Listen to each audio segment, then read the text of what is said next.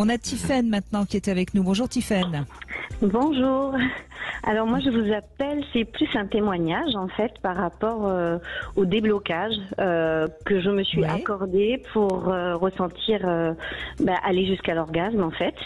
Et c'était un peu pour rebondir à sur ce que vous avez dit tout à l'heure, c'est-à-dire que à partir du moment où je me suis mise à regarder les stigmates un peu animal, on va dire, sur le visage de mes partenaires.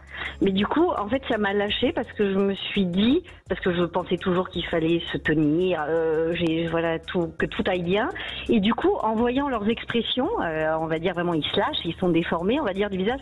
Moi, ça m'a lâché en fait. Voilà, je me suis accordée et ça m'a fait monter les orgasmes en fait. Et je me suis dit, je me lâche et ça passait aussi par les expressions et l'image qu'on a de soi, quoi, en fait. Ça passait par là. Il est très important votre témoignage. Donc vous avez regardé les hommes quand ils étaient en train de jouir. Vous les avez vus faire des grimaces, etc. C'est ça, complètement déformés. C'est ça, et vous vous êtes dit, si je veux aussi, moi, connaître l'orgasme, il faut que j'accepte de me lâcher et peut-être de faire ce genre de grimaces, c'est ça? Oui, en fait, ça m'a fait lâcher en me disant, ils sont déformés, ils sont pas beaux, entre guillemets, vous voyez ce que je veux dire? Donc je dis, lâche-toi, ma fille, enfin, voilà, plutôt que de tout le temps tout tenir et, on a une tête d'animal, en tout cas pour moi, et du coup ça m'a amené à l'orgasme. Alors c'est juste ça peut donner un coup de pouce, voilà, des fois, je sais pas, se dire que ça peut être oui, je pense que ça peut. En tout cas, merci de ce témoignage parce qu'il est très juste, Alain Héril. Bonjour Tiffaine. Bonjour. Vous venez d'inventer ce que j'appellerais l'orgasme mimétique. Ok. C'est l'expression de l'autre qui vous amène, qui vous donne l'autorisation. Mais c'est vrai que j'ai rencontré plusieurs de mes patientes qui sentant monter l'orgasme le retenaient parce qu'elles avaient peur de l'image qu'elles allaient donner d'eux à leur partenaire. Et donc comme il fallait même dans l'orgasme continuer à avoir une certaine bienséance, et être dans des orgasmes contrôlés. Mais c'est vrai que l'état orgasmique est un état naturellement de lâcher prise. Et à ce moment-là, s'il y a lâcher prise, il n'y a pas de contrôle. Donc on ne contrôle pas l'image que l'on donne de soi. Et c'est vrai qu'il y a quelque chose qui peut être, de l'ordre de la grimace, effectivement. Mais en fait, cette grimace n'est ni plus ni moins que l'expression d'une très grande émotion qui se délivre à l'extérieur de soi. Oui, c'est pas forcément laid d'ailleurs. C'est l'idée que vous en aviez et l'idée parce qu'après tout, je vois pas. Mais ça me fait penser à une petite anecdote. J'ai une amie j'avais une amie parce que je la vois plus, mais ça reste quelqu'un que j'aime bien, mais qui me disait que quand elle avait un orgasme, elle mettait l'oreiller sur sa tête pour que justement on voit pas son visage. Donc vous voyez, Tiffaine, vous n'êtes pas la seule femme à avoir peur de ce que vous.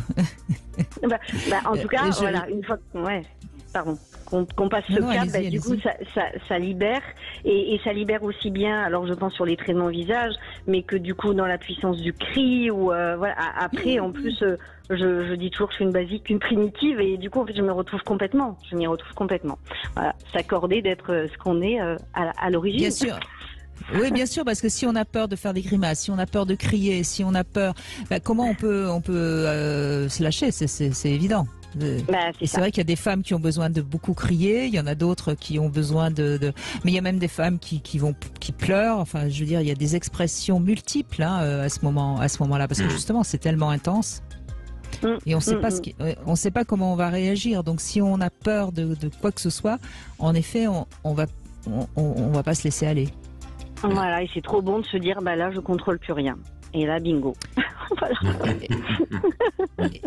et puis je vois, ça m'étonnerait qu'il y ait un homme qui serait en train de se dire, oh là là, qu'est-ce qu'elle est laide à ce moment-là, Alain Héril. Je crois qu'on peut. Oui, tout à fait. Oui, complètement. Mais autre anecdote, Brigitte, moi j'avais une patiente qui s'était filmée en se masturbant pour voir le visage qu'elle offrait à son partenaire. et comme si elle recherchait le bon profil à présenter, la bonne expression, ce qui était admissible. Voilà, et en discutant avec elle, en fin de compte, elle a réussi à lâcher tout ça et effectivement à offrir sa vulnérabilité, parce que c'est de ça dont on parle. C'est-à-dire que au moment de l'orgasme, on est vulnérable parce qu'on ne contrôle plus rien, et offrir cette vulnérabilité, donc quel que soit le visage que l'on offre à l'autre, parce que on peut aussi être dans des visages tout à fait extatiques aussi. Je dirais presque que c'est l'un des plus beaux cadeaux que l'on puisse faire à son ou sa partenaire. Bien sûr, bien sûr. Et puis de toute façon, c'est toujours possible à ce moment-là de faire l'amour dans le noir. Hein. Si vraiment on a peur au début, on peut très bien faire l'amour dans le noir et puis se laisser aller. Et puis comme ça, on verra qu'est-ce qui se passe, mais au moins on pourra se lâcher. Hein. C'est quand même assez pratique de trouver cette solution-là, ou alors on bande les yeux de son partenaire, voilà. Mais on peut toujours bander les yeux de son partenaire, éventuellement. Non, mais Alain Héril, vous disiez tout à l'heure, de toute façon, que la jouissance féminine, elle est à l'intérieur, mais en effet, il y a quelque chose sur le visage, souvent, qui est extérieur, quand même, faut bien le reconnaître. Oui, tout à fait. Il y a des sensations internes, mais de toute manière, il y a aussi des choses qui se délivrent à l'extérieur, bien entendu, et qui vont passer par l'expression vocale, par le visage, en fait par le système émotionnel. C'est valable chez les femmes et chez les hommes aussi. C'est-à-dire que l'expérience orgasmique, et je dirais même que la relation sexuelle, c'est une expérience émotionnelle, et plus on lâche et plus on se découvre dans ses émotions. Et c'est ce que vous disiez, Brigitte. On peut tout à fait, dans une expression orgasmique, sentir des accès de colère, de tristesse, de joie qui nous envahissent. Voilà, c'est vraiment l'être émotionnel que nous sommes qui s'exprime à ce moment-là.